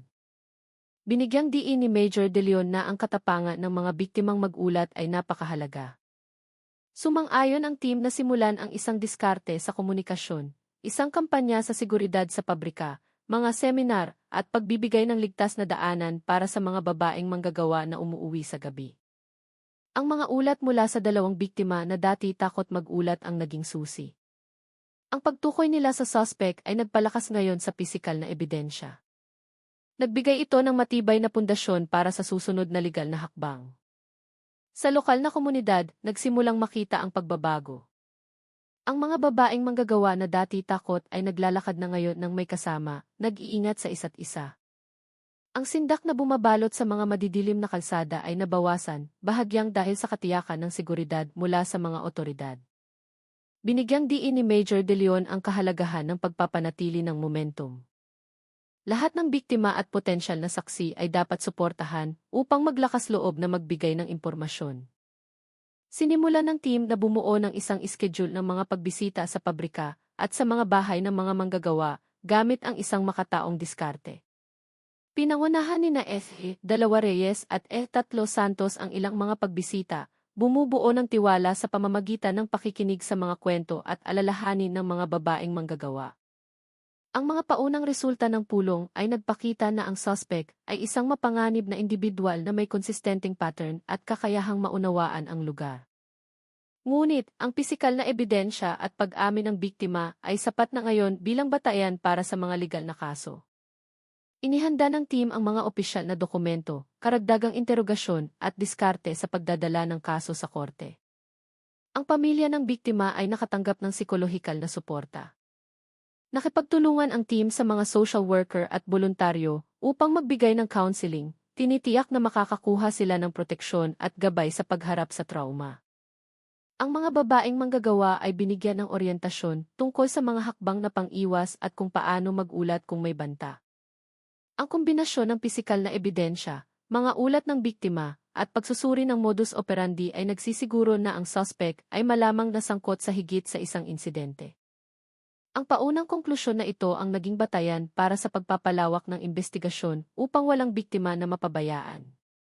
Sa komunidad, ang mga dating madidilim na kalsada ay nagsimulang maging masigla dahil ang mga babaeng manggagawa ay umuuwi ng may kasama. Mayroong isang pakiramdam ng seguridad na unti-unting lumalago kahit na nananatiling mapagbantay. Minanmana ni Major De Leon at ng kanyang team ang sitwasyon, nag-ayos ng regular na pagpapatrolya, at nagbigay ng mga emergency contact para sa bawat babaeng manggagawa. Tinapos ang pulong na may diin sa bilis at katumpakan ng pagkilos. Ang kamalayan ng publiko, ang katapangan ng mga biktima, at ang koordinasyon sa pagitan ng mga team ang naging susi sa tagumpay ng susunod na yugto. Naghanda sina Dalawa Reyes at Tatlo Santos ng isang kumpletong ulat, isang mapa ng mga ruta, ebidensya, at mga tala ng pakikipag-ugnayan sa mga biktima, bilang sanggunian para sa susunod na diskarte. Ang yugtong ito ay nagmarka ng isang mahalagang tagumpay, halos kumpleto na ang profile ng suspect, sapat na ang pisikal na ebidensya at pag-amin ng biktima, nagsimulang tumugon ang komunidad ng may pag-ingat, at handa na ang mga paghahanda para sa mga legal na hakbang at karagdagang investigasyon. Lahat ng panig ay nagtrabaho ng may focus. Batid na ang tagumpay ng yugtong ito ay tutukoy sa pagpapatuloy ng investigasyon at sa seguridad ng komunidad ng mga babaeng manggagawa. Bago magbukang liwayway, 4:30 ng umaga, pinangunahan ni Major De Leon ang huling briefing sa isang lihim na lokasyon kasama ang buong team ng mga pulis at mga armadong unit. Ang operasyon ay hinati sa 3 grupo, isang grupo ang papasok sa harap ng bahay ng suspect, isang grupo ang magsisecure sa gilid at likod, at isang grupo ang magsasara sa mga ruta ng pagtakas. Bawat pagkilos ay idinisenyo upang hindi magkaroon ng pagkakataon ang suspect na kumilos. Tahimik na kumilos ang mga miyembro ng team, tanging ang kaluskos ng kanilang mga sapatos sa lupa at ang tunog ng mga sasakyang pangmanman sa malayo ang maririnig. Inilagay sina F.A. Dalawa Reyes at F. Tatlo Santos sa mga estratehikong punto upang subaybayan ang mga pasukan at labasan. Sinigurado ng panlabas na team ang mga eskinita at mga kalapit na kalsada, tinitiyak na walang butas para sa suspect na makatakas. Humigit kumulang 5 oras ng umaga, bumalik ang suspect sa kanyang bahay gamit ang luma at berdeng motorsiklo. Nagmamanman ang team mula sa ligtas na distansya habang siya ay pumasok sa bahay at isinara ang pinto. Ibinigay ang senya sa command center. Sabay-sabay na kumilos ang lahat ng grupo na parang mga aninong bumabalot sa target. Ang pintuan sa harap ay mabilis at koordinadong sinira. Ang katahimikan ay binasag ng isang mahigpit na utos, "Pulis, huwag kang gagalaw." Nagulat ang suspect, sinubukang abutin ang isang bagay malapit sa kama, posibleng ang patalim, ngunit 2 miyembro ng team ang agad na pumigil sa kanya. Sa loob ng ilang segundo, nakontrol at napusasan ang suspect. Agad na hinalughog ng team ang bahay ng sistematiko. Ang kwarto, kusina, garahe, at aparador ay muling sinuri. Tiniyak na ligtas ang lahat ng ebidensya, ang patalim ay nanatiling pangunahing ebidensya. Idinokumento ni E. Dalawa Reyes at E. Tatlo Santos ang bawat hakbang, tinitiyak ang integridad ng ebidensya. Sa labas ng bahay, tiniyak ng mga nagpapatrolya na ligtas ang kapaligiran. Kinontro ni Major De Leon ang komunikasyon sa pagitan ng mga grupo, pinapanatili ang pagkakaisa at pinakamataas na seguridad. Dinala ang suspect sa istasyon ng pulis para sa paunang interogasyon ng 6 oras ng umaga. Naramdaman ang tensyon, bawat galaw at ekspresyon ay itinala. Tinanong ni Major De Leon at ng isang team ng mga eksperto ang kronolohiya ng kanyang mga pagkilos, itinutugma ang kanyang pag-amin sa ebidensya. Naroon sina E. Dalawa Reyes at F. Tatlo Santos bilang mga tagamasid at kasama ng biktima, tinitiyak na ligtas at transparent ang proseso. Naging mahigpit ang interogasyon. Sinubukan ng suspect na itanggi at bumuo ng alibi, ngunit ang pisikal na ebidensya at pag-amin ng biktima ay naglimita sa kanyang mga pahayag. Bawat sagot ay ikinumpara sa ebidensya, bumubuo ng isang kumpletong larawan ng pag-ugali ng suspect. Humigit kumulang 7 oras 30 minuto ng umaga, nagsimulang mawalan ng kontrol ang suspect. Ang kamalayan na lahat ng pisikal, digital, at psikolohikal na ebidensya ay nakalap na ay nagdulot ng matinding pressure. Sinamantala ni Major De Leon ang sandaling ito upang pangunahan ang suspect na magbigay ng isang kumpletong pag-amin. Ang suporta ni F. Dalawa Reyes at E. Tatlo Santos ay nagsiguro na ang pagtukoy ng biktima ay naging isang mahalagang salik na nagkumpirma sa lahat ng pagkilos ng suspect. Matapos ang paunang pag-amin, bumuo ang team ng isang kumpletong dokumento para sa legal na proseso, pisikal na ebidensya, mga ulat ng biktima, pag-amin ng suspect, at dokumentasyon ng operasyon sa field. Tiniyak ng hakbang na ito na ang kaso ng suspect ay maaaring ituloy sa korte ng walang legal na butas. Sa lokal na komunidad, mabilis na kumalat ang balita ng pag-aresto sa suspect. Ang mga babaeng manggagawa na dati takot ay nakaramdam na ngayon ng seguridad, naglalakad ng may kasama at nag-iingat sa isa't isa. Pinalakas ng pulisya ang pagpapatrolya sa mga mapanganib na lugar at nagbigay ng mga emergency contact number. Ang psikolohikal na epekto sa komunidad ay nagsimulang humupa, kahit na nananatiling mataas ang pag-iingat. Ang serye ng operasyong ito ay naging isang mahalagang turning point. Ang suspect ay nasa kamay na ng batas, kumpleto ang pisikal na ebidensya, kumpirmado ang pag-amin, at nagsimulang makabangon ang komunidad mula sa trauma. Napagtanto ng lahat ng panig na ang tagumpay ng operasyong ito ay hindi lamang tungkol sa paghuli sa suspect, kundi pati na rin sa pagtiyak ng seguridad ng publiko at sa maayos na takbo ng legal na proseso. Ang yugtong ito ay nagmarka ng isang makabuluhang tagumpay, kumpleto ang profile ng suspect, matibay ang pisikal na ebidensya at pag-amin ng biktima, nagsimulang tumugon ang komunidad ng may pag-iingat, at handa na ang mga paghahanda para sa mga legal na hakbang at karagdagang investigasyon. Lahat ng panig ay nagtrabaho ng may focus. Batid na ang tagumpay ng yugtong ito ay tutukoy sa pagpapatuloy ng investigasyon at sa seguridad ng komunidad ng mga babaeng manggagawa. Nang umagang iyon, ang silid hukuman sa korte ng munisipyo ay puno ng tensyon na halos mararamdaman ng bawat taong naroroon. Ang ilaw sa kisame ay tumatama sa mga dingding, lumilikha ng mahahabang anino na nagdaragdag sa psikolohikal na pressure. Ang suspect ay nakaupo sa upuan ng akusado, maputla ang mukha, may namumuong luha sa mga mata, nagpapakita ng tensyon at pagsisisi. Bawat galaw ng kanyang katawan ay nagbubunyag ng isang malalim na panloob na tunggalian, isang pinaghalong takot at kamalayan na lahat ng kanyang mga ginawa ay nabunyag na. Ipinakita ng orasan ang 8 oras ng umaga nang simulan ng hukom ang paglilitis na may mahigpit na boses, ipinapaliwanag ang pamamaraan at mga karapatan ng suspect. Isang nakabibinging katahimikan ang bumalot sa silid hukuman na nagpapatunay kung gaano kaseryoso ang sandaling iyon. Binuksan ng taga-usig ang paglilitis sa pamamagitan ng paglalahad ng mga pangunahing pisikal na ebidensya, ang patalim na natagpuan sa bahay ng suspect, mga dokumento ng pagsusuri mula sa laboratorio, mga larawan ng biktima, mga tala ng kronolohiya ng mga naunang biktima, at mga ulat mula sa investigasyon sa field. Lahat ng ebidensyang ito ay ipinakita isa-isa sa harap ng suspect. Tumindi ang tensyon sa bawat item na binabasa, na nagsasara sa anumang pagkakataon para sa suspect na magdahilan. Sina F.E. Dalawa Reyes at S. Santos, bilang mga kinatawan ng mga biktima, ay nakaupo sa hanay ng mga saksi. Sandaling nagtama ang kanilang mga tingin sa suspect na nagdulot ng isang tunay na psikolohikal na tensyon. Sinikap ng dalawang babae na maging matatag, kahit na hindi mapakali ang kanilang mga puso, alam na ang taong nagdulot sa kanila ng takot sa loob ng maraming buwan ay nasa harap na nila. Hiniling ng taga-usig sa suspect na isalaysay ang kronolohiya ng kanyang mga ginawa. Sa simula, sinubukan niyang itanggi ang ilang mga katotohanan, nagdahilan na ang ilang ebidensya ay hindi sa kanya at iginiit na hindi siya lumabas ng bahay noong gabi ng mga insidente. Ngunit, ang hindi maikakailang pisikal na ebidensya, ang pag-amin ng mga naunang biktima, at ang kronolohiyang binuo ng investigating team ay lalong nagpasikip sa kanyang mga pahayag. Bawat salita ng suspect ay maingat na pinakinggan. Itinala ni na F.E. Dalawa Reyes at E. Santos ang reaksyon ng mga biktima na pagtanto na ang suspect ang salarin ang nagpahirap sa kanilang mga gabi. Umabot sa sukdulan ang tensyon ng hilingin ng taga-usig sa dalawang biktima na tukuyin ang suspect. Kahit na nanginginig pa rin, matatag silang tumayo, nakatingin sa suspect.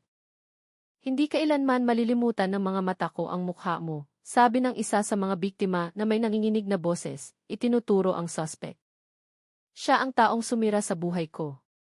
Naging ganap na tahimik ang silid hukuman na para bang huminto ang oras.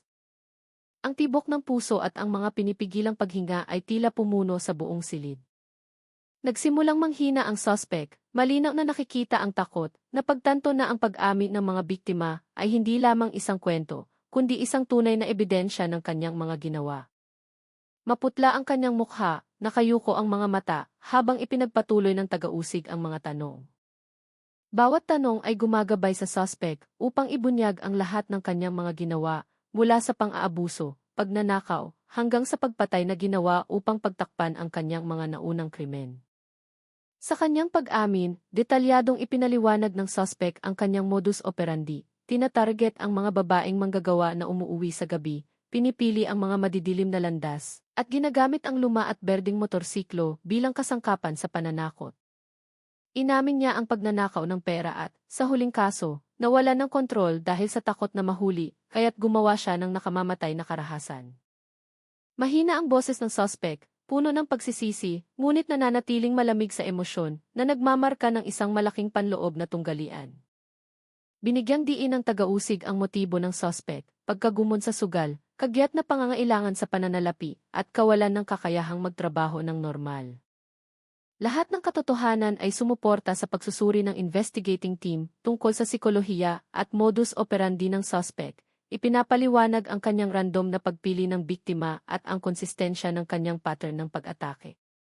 Tumindi ang tensyon nang ipakita ng taga-usig ang mga larawan ng ebidensya ng mga sugat ng biktima, ang patalim na nakaimbak sa laboratorio, at ang mga dokumento ng kronolohiyang nakalap ng team. Nanginginig ang suspect, maputla ang mukha, yumuko at tahimik na umiyak. Sina F.E. Dalawa Reyes at S. Santos, kahit na may trauma, ay nakaramdam ng ginhawa dahil nagsimula ng lumabas ang katotohanan. Naging matindi ang paglilitis.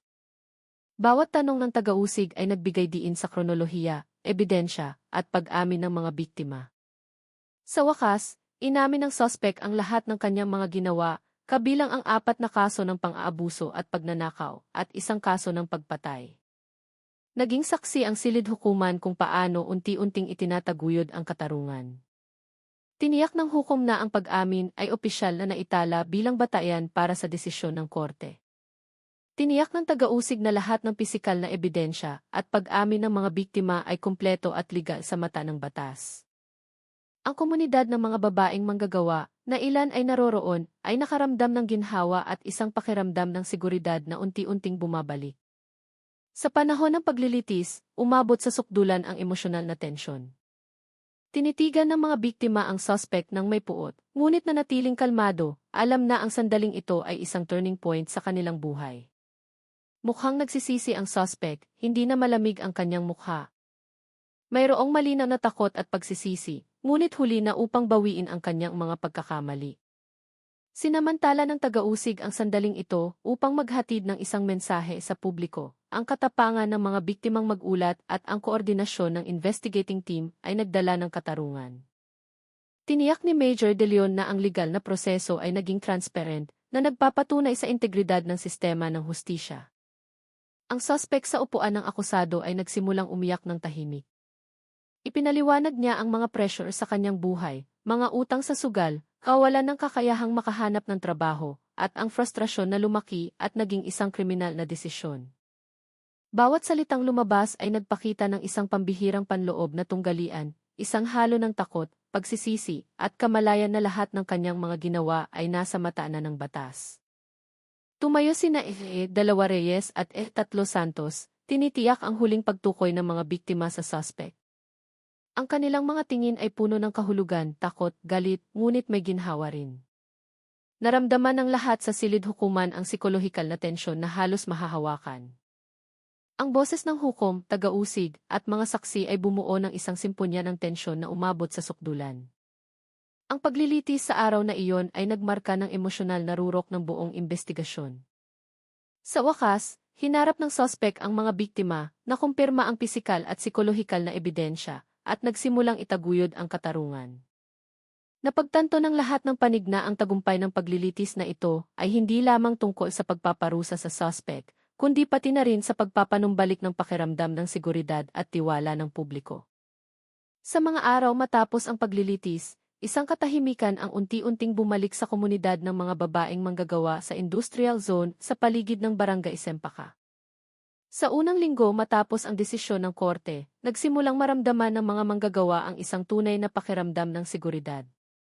Kahit na hindi pa ganap na nawawala ang trauma, muli nilang inayos ang kanilang pang-araw-araw na gawain ng maihigit na kumpiyansa, sabay-sabay na umuuwi kasama ang mga kasamahan at nagbabahagi na ng impormasyon tungkol sa mga ligtas na daanan. Ang kwento tungkol sa pag-amin ng suspect at ang hatol na ipinataw ay kumalat sa pamamagitan ng lokal na media, kaya't ang mga magulang, asawa, at mga kapatid na babae ay nagsimulang bigyang diin ang kahalagahan ng pag-iingat sa isa't isa at pagtuturo sa mga nakababata tungkol sa pagiging mapagbantay at sa kanilang mga karapatan. Nakita ni na E. Dalawa Reyes at E. Tatlo Santos ang isang tunay na pagbabago sa kanilang paligid. Ang mga babaeng manggagawa ay nagsimulang maging aktibo sa komunidad, nagbabahagi ng mga karanasan at sumusuporta sa isa't isa, nagtatalakayan tungkol sa mga hakbang sa seguridad tulad ng paggamit ng mga maliwanag na daanan, laging paglalakad ng may kasama, at pagtiyak na may nakakaalam ng kanilang kinaroroonan kapag umuuwi sa gabi. Ito ay nagpatubo ng isang pakiramdam ng pagkakaisa at kolektibong kamalayan para sa sariling kaligtasan. Sa panig ng batas, nagpasya ang korte na patawan ang suspect ng pinakamataas na parusa para sa lahat ng kanyang mga ginawa. Ang desisyong ito ay hindi lamang nagtaguyod ng katarungan para sa mga biktima, kundi naging simbolo rin para sa publiko na ang mga kriminal na gawain, gaano man katalino, ay haharap sa karampatang kahihinatnan.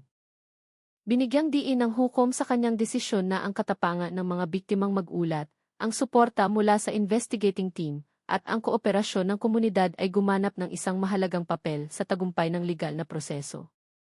Nagsimulang mapagtanto ng mas malawak na publiko ang kahalagahan ng hindi pagsasara ng kanilang sarili sa mga banta at krimen. Dati, ang takot at stigma sa lipunan ay nagiging sanhi ng pag-aatubili ng mga biktimang mag-ulat, ngunit ngayon, nakita nila kung paano maaaring maputol ng kanilang mga pagkilos ang tanikala ng krimen. Ang kwentong ito ay naging isang mahalagang aral na ang katahimikan at takot ay nagbibigay lamang ng puwang para lumago ang krimen, habang ang katapangan at pagkakaisa ay nagdadala ng liwanag ng katarungan. Sa mga tahanan ng mga babaeng manggagawa, nagsimulang bumalik ang mga dating gawi, ngunit may mga bagong aral. Ang mga pinto ay hindi na isinasara dahil lamang sa takot, kundi bilang isang may kamalayang hakbang na pang-iwas. Tumaas ang tiwala sa pagitan ng mga kapitbahay at kasamahan sa trabaho. Nagsimula silang pag-usapan ang mga hakbang sa seguridad ng hayagan nang walang hiya o takot. Lahat ng ito ay naging bahagi ng isang kolektibong psikolohikal na paggaling, habang pinapalakas din ang halaga ng pagkakaisa sa komunidad. Ang pamilya ng biktima, lalo na ang pamilya ni Eliza Santos, kahit na nagluluksa pa rin, ay nakaramdam ng ginhawa. Nakakuha sila ng mga sagot sa mga tanong na bumabagabag sa kanila mula nang mawala ang isang miyembro ng pamilya. Para sa kanila, ang hatol na ipinataw sa suspect ay hindi lamang isang anyo ng katarungan, kundi isang pagkilala rin sa katapangan ni Eliza at isang pagkilala sa pagdurusa na kanyang dinanas. Binigyang diin ng mga magulang at asawa ni Eliza sa komunidad ang kahalagahan ng katapangan, integridad, at pagkakaisa sa pagharap sa kawalang katarungan. Si Major De Leon at ang buong investigating team ay nakaramdam ng pagmamalaki dahil ang buong proseso, mula sa pagtuklas ng ebidensya hanggang sa paglilitis, ay naging matagumpay at nagbigay ng pinakamataas na resulta. Napagtanto nila na ang kanilang pagsisikap, koordinasyon, at makataong diskarte, kabilang ang pagpapakita nina Dalawa Reyes at Tatlo Santos bilang mga kasama ng biktima, ang naging susi sa tagumpay. Ito ay hindi lamang isang propesyonal na tagumpay, kundi isang moral na tagumpay din ang nagpapatunay na ang responsableng pagsisikap ay maaaring magdala ng tunay na pagbabago sa lipunan. Sa mas malawak na perspektibo, ang kasong ito ay naging isang paalala para sa lokal na pamahalaan at mga otoridad tungkol sa kahalagahan ng pag-ilaw sa mga kalsada, regular na pagpapatrolya, at edukasyon sa kaligtasan para sa mga babaeng manggagawa. Maraming panig ang nagsimulang mag-isip ng mga pangmatagalang diskarte sa pag-iwas, kabilang ang mga kampanya sa seguridad, sosyalisasyon ng mga karapatan ng mga manggagawa, at isang madaling ma-access na sistema ng pag-uulat. Ipinapakita nito na ang katarungan ay hindi lamang nangyayari sa korte, kundi pati na rin sa mga hakbang na pang-iwas na nagtatayo ng seguridad ng publiko sa kabuuan. Para sa mga biktima, kahit na nananatili ang trauma, natutunan nila na ang katapangan na magsalita ay ang daan upang protektahan ang kanilang sarili at ang iba. Nagsimula silang magbahagi ng kanilang mga karanasan sa mga grupo ng talakayan at sumuporta sa ibang mga biktima na huwag matakot mag-ulat. Ang pagkakaisang ito ay nagpatubo ng isang pakiramdam ng kolektibong lakas at katapangan na dati nakatago sa likod ng takot. Ipinagdiwang ng komunidad ng mga babaeng manggagawa ang pagbabagong ito sa kanilang sariling paraan, nag-iingat sa isa't isa, nagbabahagi ng impormasyon, at nagpapalakas sa isa't isa. Habang ang suspect ay patuloy na nagsisilbi ng kanyang sentensya, ang kasong ito ay naging isang kwentong pinag-aralan ng marami, bilang isang aral sa moralidad at batas. Ang kwentong ito ay nag-iwan ng isang mahalagang mensahe. Ang katapangan na mag-ulat ay maaaring maputol ang tanikala ng krimen at maprotektahan ang iba. Ang pagkakaisa ng komunidad ay ang susi sa paglikha ng isang ligtas na kapaligiran. Ang katarungan ay hindi lamang tungkol sa parusa para sa salarin, kundi pati na rin sa pagkilala sa biktima at sa paggaling ng lipunan. Ang takot at katahimikan ay nagbibigay lamang ng puwang para lumago ang krimen. At ang matapang na boses at pagkilos ay nagdadala ng pagbabago. Sa huli, kahit na naganap ang trahedya, ang mga tradisyonal na halaga tulad ng katapangan, pagkakaisa, at pag-aalaga sa kaligtasan ng isa't isa ay naging isang malakas na aral. Ang komunidad ng mga babaeng manggagawa ay mas mapagbantay na ngayon, mas matapang, at mas nagmamalasakit sa isa't isa. Natutunan nila na ang mga maliliit na pagkilos tulad ng paglalakad ng may kasama o pagbabahagi ng impormasyon ay maaaring magligtas ng buhay. Sa paggamit ng katarungan, kumpletong ebidensya, at pag-amin ng suspect, nakaramdam ang publiko ng bagong katahimikan at kumpiyansa. Ang kwentong ito ay nagtatapos sa isang moral na mensahe. Ang katapangan at pagkakaisa ay laging mas malakas kaysa sa takot at krimen, at sa pamamagitan lamang ng katapangan na magsalita, makakamit ang katarungan. Ilang linggo matapos ang desisyon ng korte, nagsimulang bumalik sa normal ang kapaligiran sa Barangay Sempaka. Kahit na ang anino ng trahedya ay ramdam pa rin sa bawat hakbang ng mga babaeng manggagawa, ang dating madidilim na daanan pauwi mula sa trabaho ay naging masigla na ngayon dahil sa mga mapagbantay na hakbang. Mayroong isang bagong pakiramdam ng seguridad. Ang mga manggagawa na dati takot magulat ay nagsimula ng magsalita, magbahagi ng mga karanasan, at magpalakas sa isa't isa. Natutunan nila na ang katapangan na magsalita ay ang pinakamalakas na sandata laban sa takot at kawalang katarungan. Ang pamilya ni Eliza, kahit na nagluluksa pa rin, ay nakaramdam ng katahimikan dahil nakamit na ang katarungan. Binigyang diin ng asawa ni Eliza sa kanyang mga kasamahan sa trabaho ang kahalagahan ng katapangan, integridad, at pag-aalaga sa kaligtasan ng isa't isa. Nagsimula ring ibahagi ng mga magulang ni Eliza ang kanilang mga karanasan sa mga kapitbahay at iba pang pamilya, binibigyang diin na ang pangyayaring ito ay isang paalala na ang proteksyon at pagkakaisa ay dapat magsimula sa tahanan, mula sa maliliit na komunidad bago lumawak sa lipunan. Sina F.E. Dalawa Reyes at E.3 Santos, bilang mga saksi at kasama ng mga biktima, ay nakakita ng isang tunay na pagbabago sa komunidad. Ang mga babaeng manggagawa ay nagsimulang maging mas mapagbantay, muling inayos ang kanilang mga gawain, nagpapaalalahanan sa isa't isa kapag may madilim na daanan o mapanganib na kondisyon.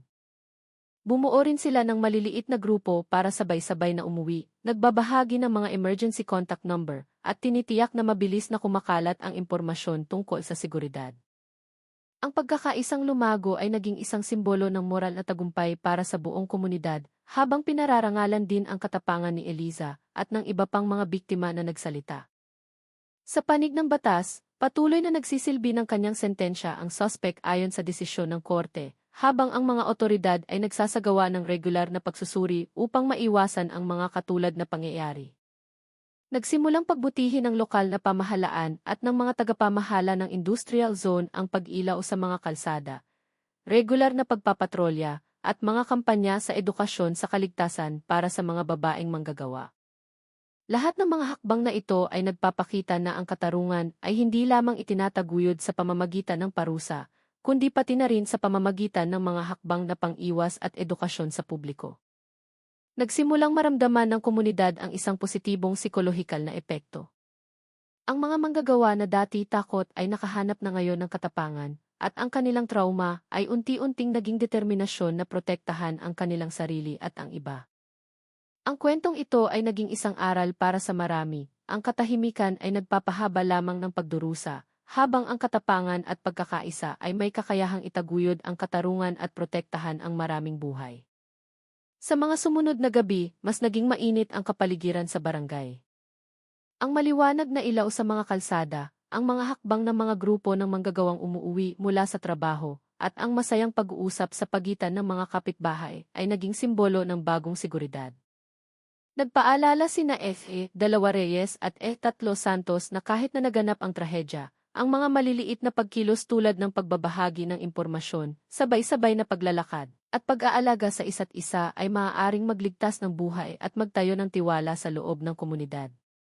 Para sa pamilya ni Eliza, kahit na nananatili ang pakiramdam ng pagkawala, nakahanap sila ng katahimikan sa katotohanan na ang katapangan ni Eliza at ang kanilang sariling mga pagkilos ay nagdala ng tunay na pagbabago para sa lipunan. Itinanim nila ang halaga ng katapangan, pagkakaisa, at pag-aalaga sa kaligtasan sa puso ng mga bata at ng mga nakababatang henerasyon sa kanilang paligid, umaasa na hindi na maulit ang katulad na trahedya. Ang kwentong ito ay nagtatapos sa isang malinaw na moral na mensahe, ang katapangan na magsalita, ang pagkakaisa sa komunidad, at ang pag-aalaga sa kaligtasan ng isa't isa ay ang mga susi sa pag-iwas sa krimen at pagbuo ng isang ligtas na kapaligiran. Ang trahedya ni Eliza, kahit na masakit, ay naging isang walang hanggang aral para sa lipunan na ang takot ay hindi dapat patahimikin ang boses ng katotohanan at sa pamamagitan lamang ng katapangan, makakamit ang katarungan. Sa lahat ng mga aral na natutunan, natuto ang komunidad ng Barangay Sempaka na huwag nang mabuhay sa anino ng takot. Nagsimula silang mamuhay ng may higit na katapangan, higit na pagmamalasakit at higit na pag-iingat. Ang kwento ni Eliza ay nananatiling buhay sa kanilang alaala, bilang isang simbolo ng katapangan at isang paalala na laging posible ang katarungan kapag tayo ay naglakas loob na magsalita at mag-ingat sa isa't isa. Mula sa kwentong ito, maaari tayong kumuha ng ilang mahahalagang aral para sa ating pang-araw-araw na buhay. Una, ang pagiging mapagbantay at ang kaligtasan ng sarili ay laging mahalaga. Kung ikaw ay nakatira o nagtatrabaho sa isang liblib na lugar, sanayin ang sarili na maglakad ng may kasama, ipaalam sa isang malapit na tao ang iyong ruta, at laging panatilihin ang komunikasyon. Ang maliit ngunit proaktibong gawin na ito ay maaaring maprotektahan ka at ang mga taong nasa paligid mo. Ikalawa, huwag manahimik kapag nahaharap sa kawalang katarungan o panganib. Ang kwento ni Eliza at ng iba pang mga biktima ay nagpapakita na ang pananahimik kung minsan ay nagpapahaba lamang ng banta, habang ang katapangan na magsalita ay maaaring magligtas ng buhay at magtaguyod ng katarungan. Maniwala ka, ang iyong boses, gaano man kaliit, ay maaaring magdala ng malaking pagbabago. Ikatlo, panatilihin ang pagkakaisa at pagsuporta sa isa't isa sa loob ng komunidad.